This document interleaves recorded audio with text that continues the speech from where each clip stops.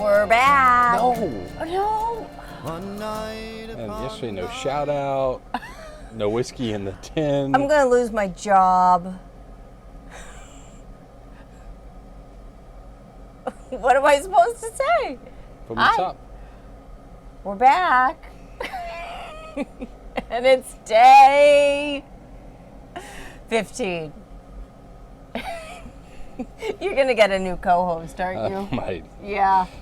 Well, I'm working with the Brentwood Savant. He's probably going to come over and do a video. Yeah. And then I might get replaced. Yeah. Yeah. All right, so we're going to stay with the sherry experience. Okay. We're kind of moved into some wine-finished whiskeys and wine sherry, fortified wines.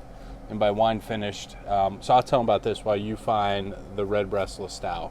Okay. Irish. We're back to Irish today. Okay. So we learned yesterday that sherry is a pretty common aging or maturation. Dang, girl. Oh, wait. Perfect. Yes. You're getting it. Yeah. You really want to stay with the firm. Yeah.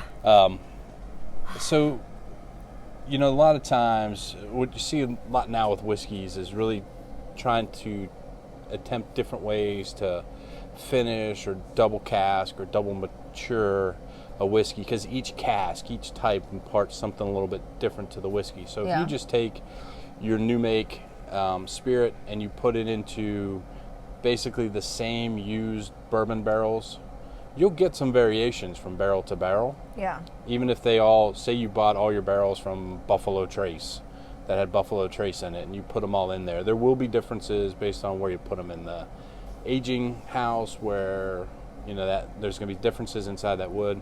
But then but for the most part, it's going to be, because they kind of blend all those barrels together to get a flavor profile. Yeah.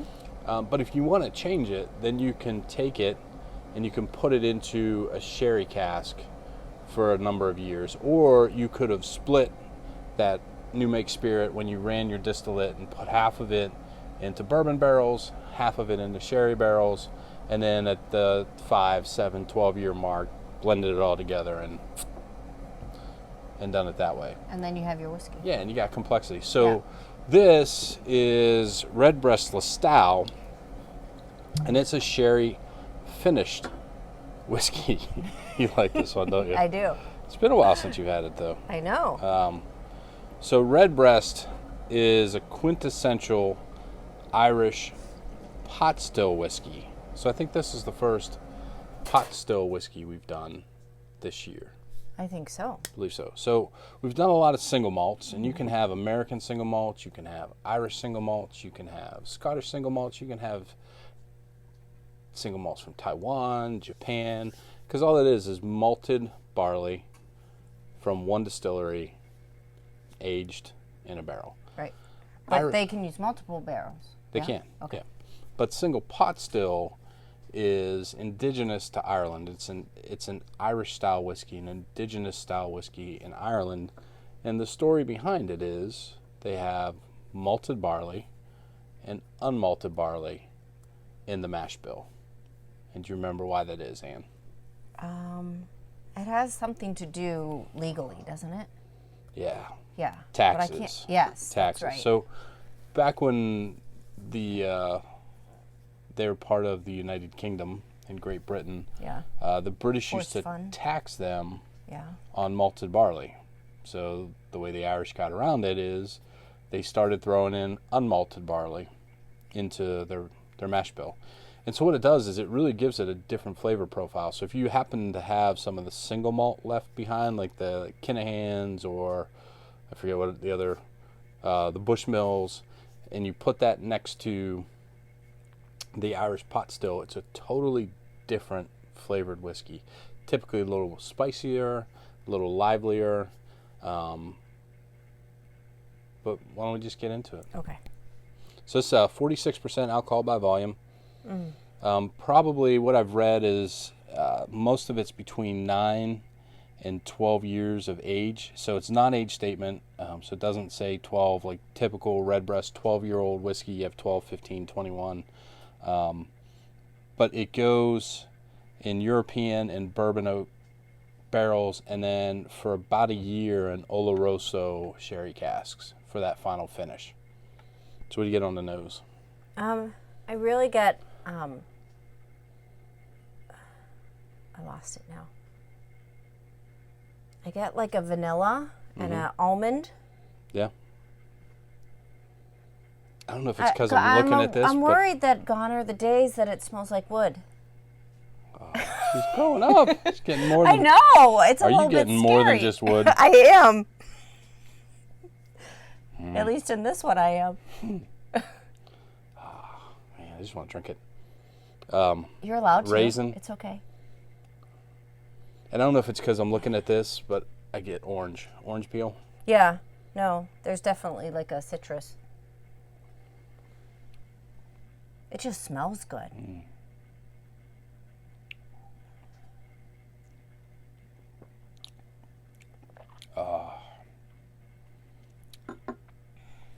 It's yummy. Tell you. I just love the breasts. Do you now? I do. Quit trying to take my lines. No, I do. I love the breasts. I mean, the 12. 12.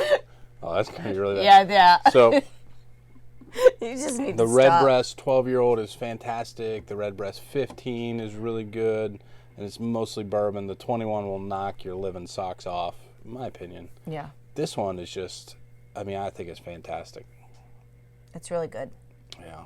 It to me it speaks like Thanksgiving, Christmas, like holidays, because there's a little bit of not bad, like just a spice to it almost. I don't want to say like a mulled wine because I've never really had that, but something like it takes me back to those spices that you would use in that time of the year, I guess. I think a lot of the spice from this comes from two places. One is the unmalted barley. I think provides some of that spicy character to the whiskey, and then the European casks from the sherry will really kind of pop, you know, a nuttiness, pop a nuttiness with the breasts and the wood. It's all good. It's all good. Yep. How about plum? I'll try.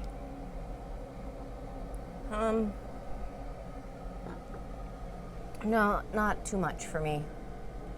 It's fruity. It's definitely got the smell has fruits, kind of like dried fruits a little bit. A little earthiness from it. So it says here, the nose is rich, dark fruits, prunes, dates, and figs, all from the sherry. Licorice, didn't get that. Marzipan, I really don't even know what that is. It's like a dough, edible dough. Toasted oat. With almonds. It has almond in it. Creamy pot still. Spices. Fresh Spanish oak. Endless. So it smells like wood. Sweetness and pot still spices endure. Spanish oak has the last word. Oh, that must be it. Yeah. I really like this one. This is one I always have. Yeah. Anyways, 46%. So the price on this kind of fluctuate based on availability. So the sweet spot for this one's probably about $60 to $65. I've seen it as high as $80. As much as I like it, I wouldn't pay $80 for it. Yeah. When I see it at $60 or $65, I'll buy a bottle if I'm running low. And they do have this at the New Hampshire liquor stores. But to me, I think this is kind of a whiskey, the pot still, that kind of brings over some bourbon drinkers. Because you're going to get a little bit of sweetness. Yeah. But I think I'll be interested from some of our dedicated Scotch drinkers what they think, because I think that spiciness and the layering, the complexity, kind of holds its own with some Scotches out there. Ooh, I just got a little butterscotch.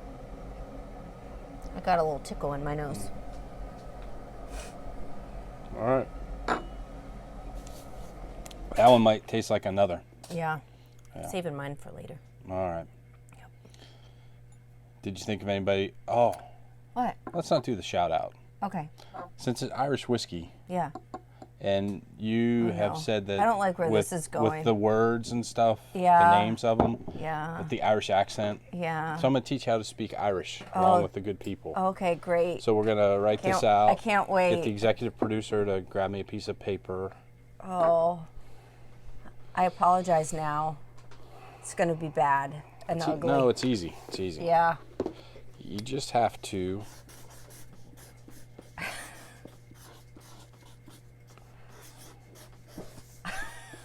I'm afraid. You're going to make me say something bad.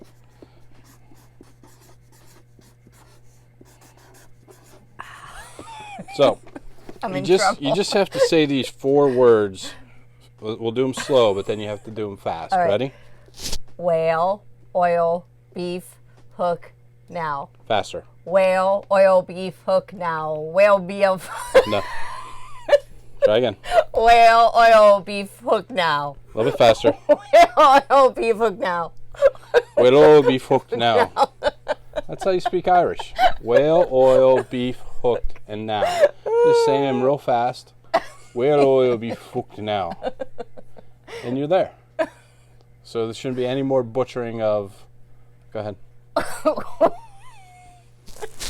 Well, I can't do it. Whale, oil, beef, hook, now. All right. So, Slunch of A, and we'll see you tomorrow. I'm out of whiskey.